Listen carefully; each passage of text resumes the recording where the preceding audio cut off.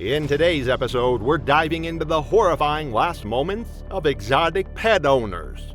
From a teen mauled by a secret tiger in rural Oklahoma to a retired soldier dragged down by the very grizzly bear he called the companion.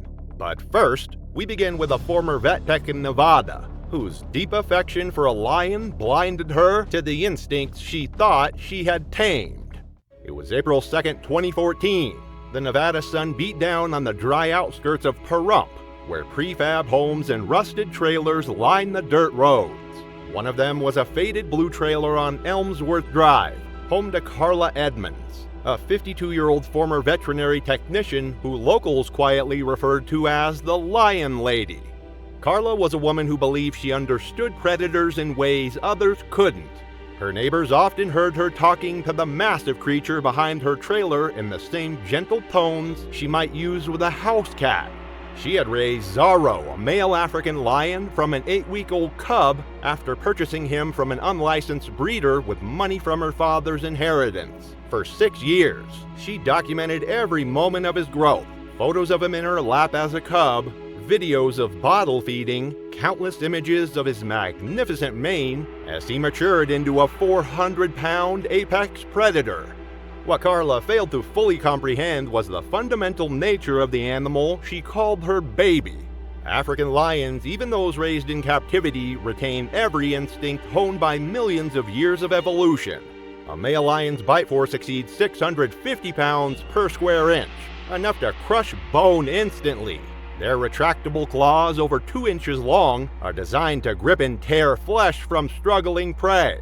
Most critically, lions are hardwired to respond to blood scent and movement with predatory aggression, regardless of their relationship with humans.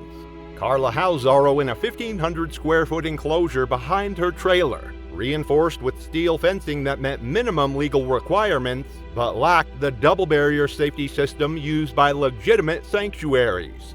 Neighbors had grown accustomed to seeing her enter and exit the enclosure without protective equipment, relying solely on what she believed was an unbreakable bond of trust. That belief would prove tragically fatal. On April 2nd, Carla had been distracted all morning, fielding phone calls about a potential donation to help with Zorro's care. She had skipped lunch, focusing instead on preparing his afternoon meal, raw beef ribs that she cut by hand in her cramped kitchen. While working, she had nicked her finger on the knife blade, a small cut that bled freely but seemed insignificant enough to ignore. That nick on her finger, combined with a bowl of blood-slick meat, was all it took to turn a hungry predator into a killer. Lions possess an extraordinary sense of smell, capable of detecting blood from considerable distances. The scent triggers a predatory instinct that overrides training and any bond with humans. As the afternoon heat intensified, Zorro had begun his familiar pacing pattern, a sign of growing agitation and hunger that Carla had witnessed countless times before, his eyes tracking every movement in his vision. Standard feeding protocol at any legitimate facility would have required Carla to use the feeding chute or divider gate to separate Zorro before entering his space. Instead, she grabbed the metal bowl of blood-scented meat in one hand and a towel in the other, then unlatched the main enclosure door and stepped directly into the lion's territory. The moment Carla crossed the threshold, Zorro's demeanor shifted with terrifying speed. His pacing stopped abruptly as he locked onto the scent of fresh blood emanating from both her injured finger and the raw meat. His pupils widened, muscles tensed, and tail flicked, a clear warning Carla missed or misread. The attack was swift and devastating, with part of it captured by a security camera mounted on the opposite wall. Zorro's 400-pound frame launched forward with explosive force, closing the distance in a single bound. The impact as he slammed Carla against the steel fencing created a metallic crash that neighbors later described as sounding like a car accident. His massive jaws clamped around her neck with crushing force, likely piercing her carotid artery and collapsing her larynx instantly. Carla likely lost consciousness within seconds, her body going limp as the lion dragged her deeper into the dirt-floored enclosure.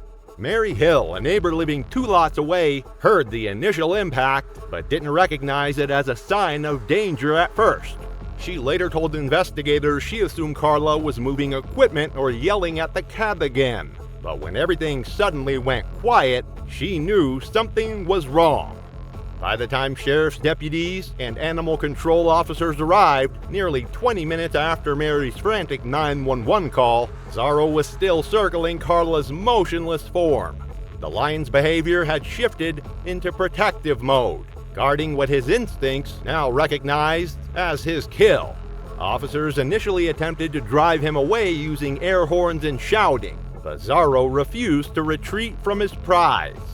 When the massive predator snapped aggressively toward an approaching officer, the decision was made to euthanize him on the spot. Multiple rifle shots were required to bring down the 400-pound lion, his body finally collapsing mere feet from Carla's remains. Carla Edmonds was pronounced dead at the scene, her body showing classic lion attack injuries. Later examination found older scars, healed bites and claw marks, evidence of earlier unreported close calls with Zorro. She likely dismissed these as accidents, never realizing they were early warnings that her bond had already begun to fracture. Her family, devastated by the tragedy and overwhelmed by media attention, chose to cremate her quietly and declined all interview requests.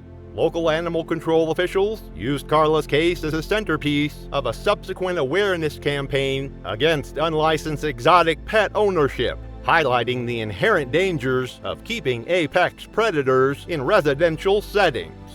She thought a bond could override instinct. While 3 states away, a retired soldier stepped into a steel cage with a starving grizzly and the same fatal confidence. It was July 29, 2015.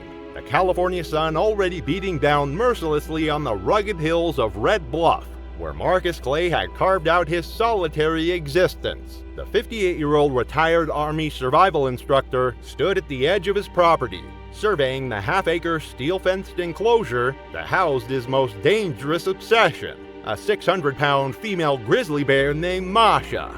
In the hours that followed, every lesson he thought he'd mastered would be ripped apart. Marcus had spent over 2 decades teaching soldiers how to survive in the world's most hostile environments. From the frozen tundra of Alaska to the scorching deserts of the Middle East, he had trained hundreds of military personnel in the art of staying alive when civilization fell away. His weathered hands bore the scars of countless wilderness encounters, and his steel-gray eyes reflected the confidence of someone who had faced death and emerged victorious time and again. After retirement, Marcus had retreated to his isolated patch of California wilderness, seeking the kind of solitude that only those who had seen too much of humanity's darker side could truly appreciate. But solitude wasn't enough for a man accustomed to adrenaline and danger. His fascination with apex predators had set the stage for a deadly miscalculation. Marcus never realized how lethal grizzlies are by design. Weighing up to 1,500 pounds and running over 35 miles per hour, they have 4-inch claws, a bite force strong enough to crush bone like an eggshell, and most critically, these bears possess an intelligence and unpredictability that makes them infinitely more dangerous than their size alone would suggest. Marcus had acquired Masha through the shadowy network of underground exotic animal dealers, purchasing her as a cub from a breeder who operated outside the reach of federal oversight. For 3 years, he had raised her in the steel-fenced enclosure he euphemistically called the yard, feeding her raw meat through a gated chute while maintaining what he believed was a respectful distance. The trouble started when a shipping error delayed Masha's food delivery. After 36 hours without eating, she grew visibly agitated, something Marcus noted in his journal but dismissed, writing that he'd calm her down himself. What Marcus ignored or didn't grasp is that a hungry grizzly is at its most dangerous, driven by instinct to get food at any cost. On the morning of July 29th, Marcus made the choice that would cost him his life. Instead of using the reinforced feeding gate, he grabbed a bag of scraps and entered through the main service door, previously writing that the chute felt too impersonal for what he saw as a bond. But some colleagues believe it was also about pride, a refusal to let a steel barrier mediate a connection he felt he had earned through control and consistency. The moment Marcus stepped into the enclosure, 3 years of relative docility evaporated in an instant as her predatory instincts took control. The scent of food combined with the stress of prolonged hunger triggered a response that Marcus's military training had never prepared him to handle. Marcia charged with the devastating power that had made grizzlies the apex predators of the North American wilderness. Her massive frame covered the distance between them in seconds, her 600-pound body moving with surprising agility across the dirt floor of the enclosure. Marcus barely had time to register the attack before her powerful jaws clamped down on his left arm just above the elbow. The force of her bite shattered bone instantly, and she used her incredible strength to yank him off his feet, dragging him toward a shaded corner of the enclosure like a rag doll.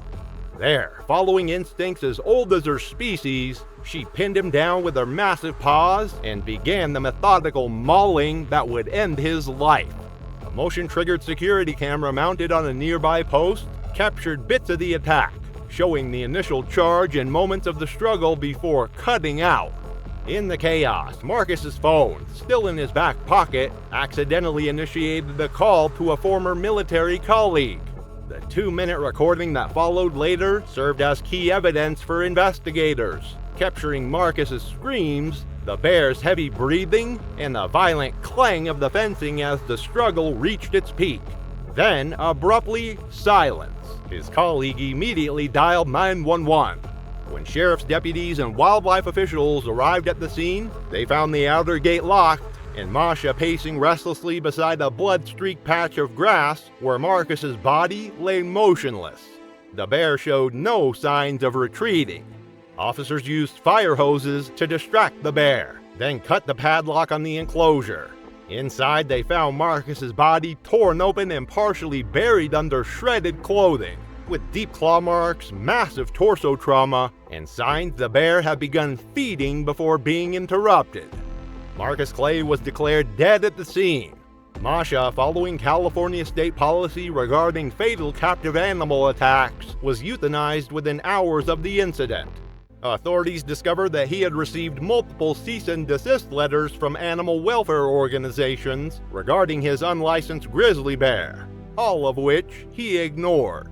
Friends and former colleagues described Marcus as fearless, principled, and driven, but also increasingly isolated and dismissive of safety warnings. His military experience had given him confidence in dangerous situations, but it also created a dangerous blind spot regarding the fundamental unpredictability of wild animals. In the aftermath of his death, local wildlife officials used Marcus's case to highlight the inherent dangers of keeping apex predators in private settings. His property was eventually sold and cleared, the steel enclosure dismantled and hauled away. After a soldier misjudged the limits of a starving grizzly, a teenager in rural Oklahoma made an even deadlier mistake. He forgot to lock the gate on a full-grown tiger. It was October 18, 2016, and the mist hung low over the wooded hills near Broken Bow, Oklahoma. Deep within the sprawling property owned by the Dunn family, a converted barn stall held the secret that would soon turn deadly.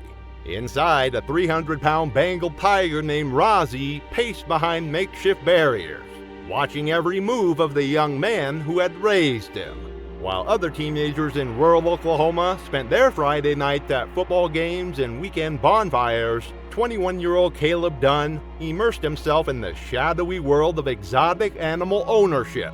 He spent countless hours watching big cat rescue videos and following illegal exotic pet forums, fascinated by people who claimed to have formed bonds with apex predators that defied conventional wisdom.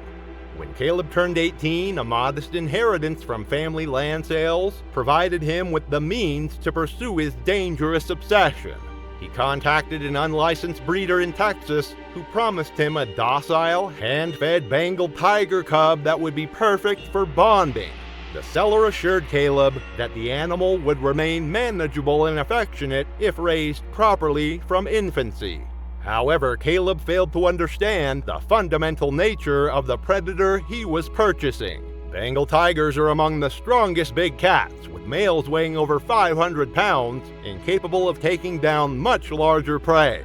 Their 4-inch claws and 1,000 psi bite can crush bone with ease. Crucially, even hand-raised tigers retain their instincts and may be more dangerous due to their lack of fear of humans.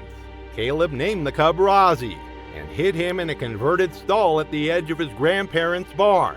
Only 2 friends knew, sworn to secrecy, as Caleb shared plans to start a donation-based roadside attraction like ones he'd studied in rural Alabama and Missouri. His grandparents, both in their 70s, believed he was raising goats and had no idea a tiger was living in their barn. But tigers don't remain cubs forever, and by fall 2016, Rozzy had transformed into a magnificent and terrifying predator.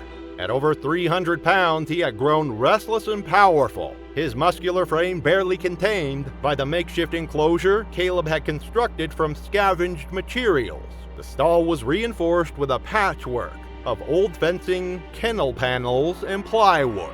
The enclosure's deadly flaw was its primitive security system, a chain-locked outer gate and a wooden inner divider that Caleb had to manually lift and secure each time he entered. This design required him to be inside the tiger's space while manipulating the barrier, a risky method no professional facility would allow.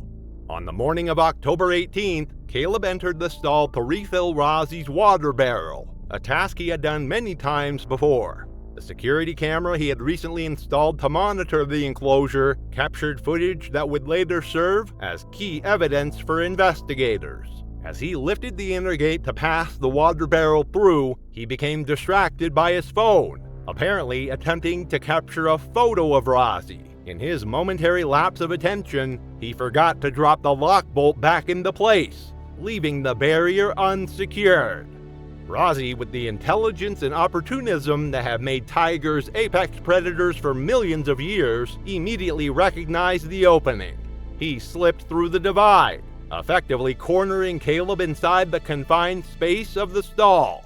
The attack was swift and decisive. Tigers are ambush predators, evolved to kill large prey quickly and efficiently to minimize their own risk of injury. Rozzy struck low and fast, knocking Caleb off balance with a single swipe that tore through his thigh. As Caleb hit the ground, the tiger clamped down on his neck, crushing his airway and severing critical blood vessels in seconds. His arms flailed briefly before going limp. In the wild, tigers typically kill by delivering a crushing bite to the throat or back of the neck, severing the spinal cord or crushing the windpipe.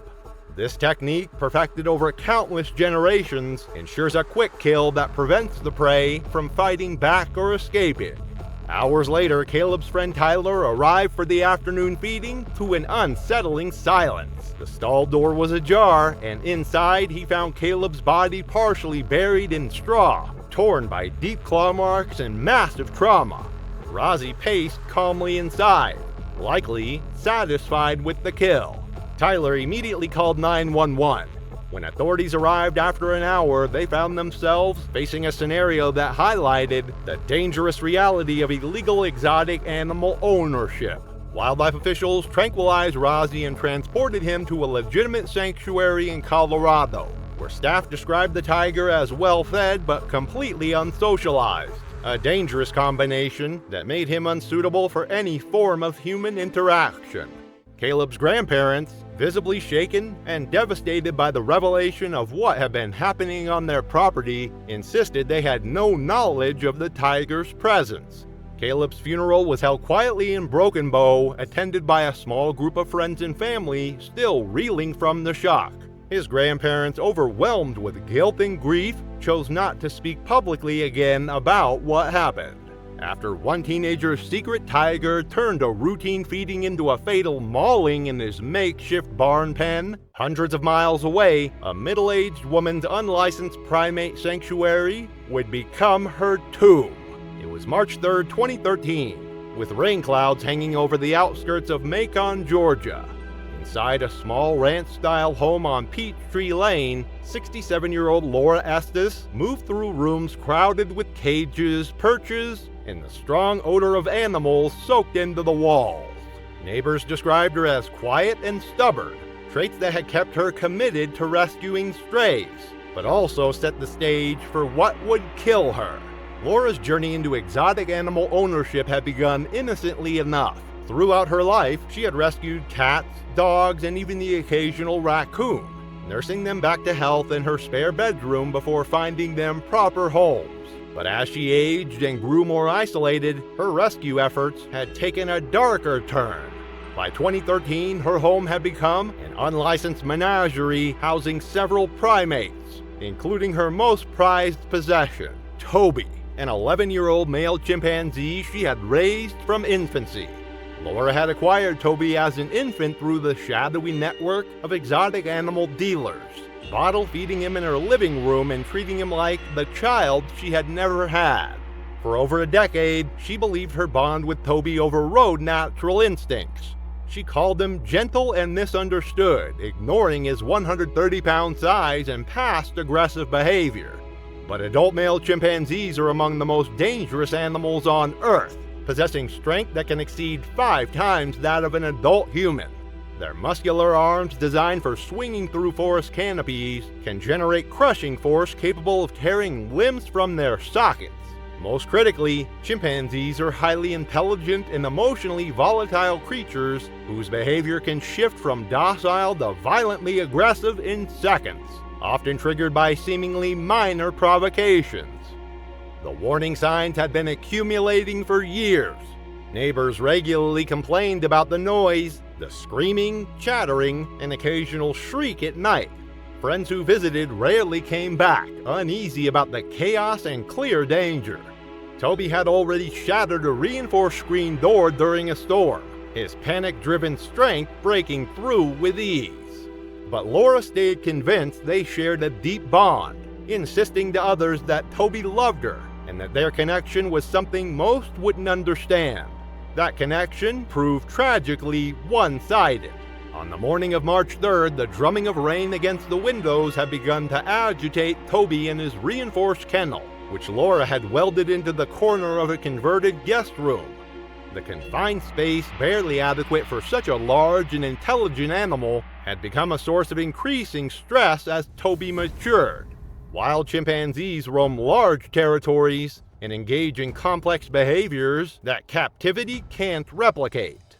As the rain worsened, Toby grew frantic, screaming and slamming the bars of his cage so hard the noise filled the house. Exhausted and overwhelmed, Laura finally reached her limit. Against her usual routine, Laura decided to release Toby from his kennel earlier than scheduled, hoping that freedom to move around the house would calm his agitation. The moment she opened the door, Toby stormed out with pent-up energy of a creature that had been confined too long in too small a space. In his agitated state, Toby immediately began engaging in destructive behavior, a common response among captive primates experiencing stress. Her home security camera captured him grabbing a plastic shampoo bottle from a side table and began chewing on the cap, his powerful jaws easily crushing the plastic. When Laura attempted to remove the bottle from his grasp, she made the deadly mistake of treating him like a misbehaving child rather than a powerful wild animal. Chimpanzees are highly possessive creatures, and any attempt to forcibly remove an object they've claimed can trigger aggression. In that moment, Toby's perception of her shifted from caregiver to threat. The attack was swift and devastating. Toby slammed her against the doorframe with such force that the impact could be heard throughout the house. His powerful jaws clamped down on her left arm, his canine teeth easily severing tendons and crushing bone. Laura's screams filled the house as she stumbled backward, but Toby was far from finished. Following the attack patterns that chimpanzees use against rivals in the wild, he continued his assault with methodical brutality, biting, striking, and tearing at her face and scalp. He pulled clumps of hair from her head while his teeth inflicted devastating wounds to her arms and neck. In the chaos of the attack, Toby knocked over a table lamp, sending shards of glass across the floor. The crash, combined with Laura's increasingly desperate screams, finally attracted the attention of a neighbor who was walking her dog past the house. The woman immediately called 911.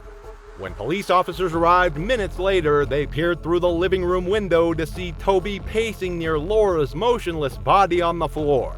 As officers entered through the rear of the house, Toby charged with the same explosive aggression he had shown toward Laura.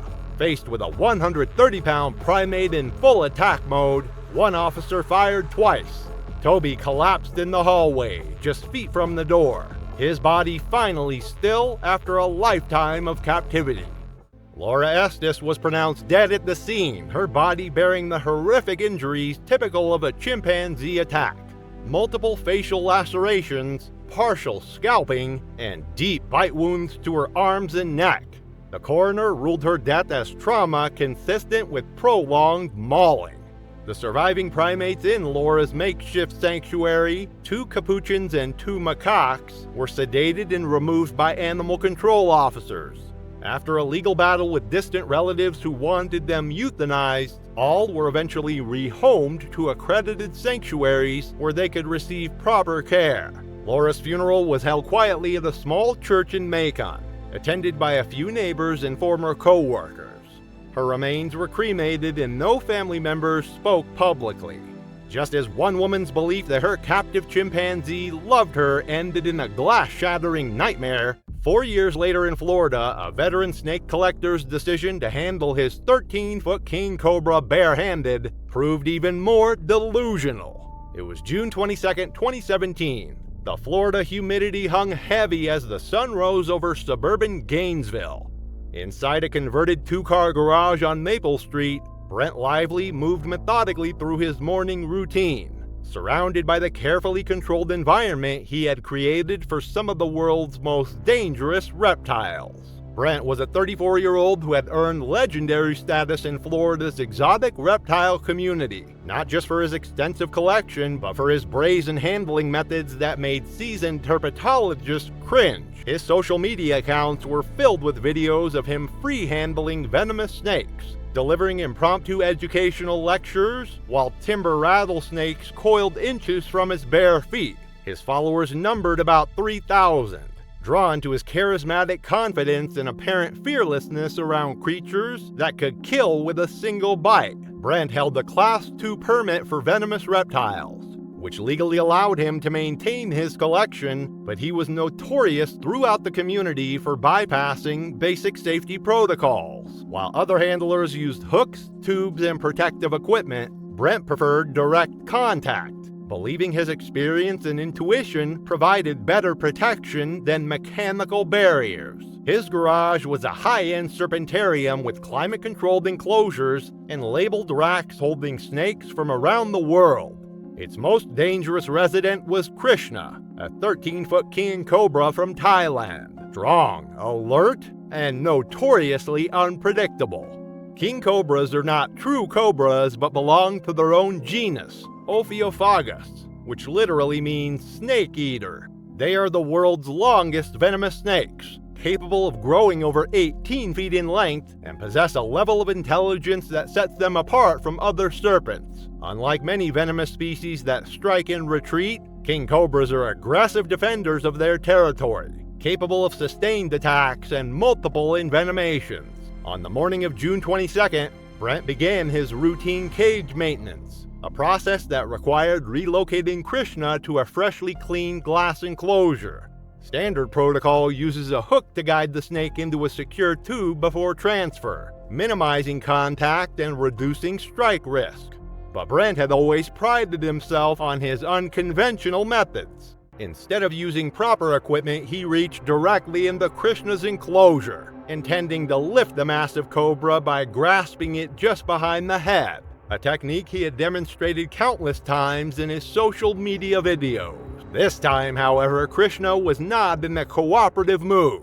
The king cobra, sensing the approaching hand as a threat to its territory, recoiled with lightning speed and struck Brent's wrist with surgical precision. The bite occurred just above his glove line, where a gap in his minimal protective gear left bare skin exposed. The half-inch fangs injected neurotoxic venom directly into Brent's bloodstream. Unlike tissue-destroying venoms, king cobra venom shuts down the nervous system by blocking signals between nerves and muscles. Surveillance footage later reviewed by authorities captured Brent's reaction with chilling clarity. Rather than panic or immediately seek professional medical help, he grimaced briefly, then walked calmly to his back room where he kept emergency supplies. Brent grabbed a vial of Thai anti-venom meant for king cobras, and without training or proper tools, tried to inject it himself. Anti-venom requires precise dosing and monitoring, even in hospitals. Brent's attempt was not only ineffective, but risked severe allergic reactions that could worsen the envenomation. As the venom took hold, Brent sat in his chair, vision blurring and fingers falling from paralysis. He tried to send a final message, but it was never completed. 3 weeks later, a FedEx driver making his regular delivery noticed packages piling up by Brent's front door. An unusual sight for someone who regularly received reptile supplies and equipment. A strong, unpleasant odor emanating from the house prompted the driver to contact authorities. Brent's funeral was held quietly by a small circle of family members who had long distanced themselves from his snake-keeping lifestyle. His remains were cremated and no formal obituary was published. Following the incident, Florida Fish and Wildlife officials conducted a full inspection of the property and revoked Brent's venomous reptile license. The case prompted legislative proposals to tighten private ownership regulations for high-risk exotic species. Thanks for watching. If today's stories left you unsettled by the thin line between control and catastrophe, the next video features more deadly incidents. See you there!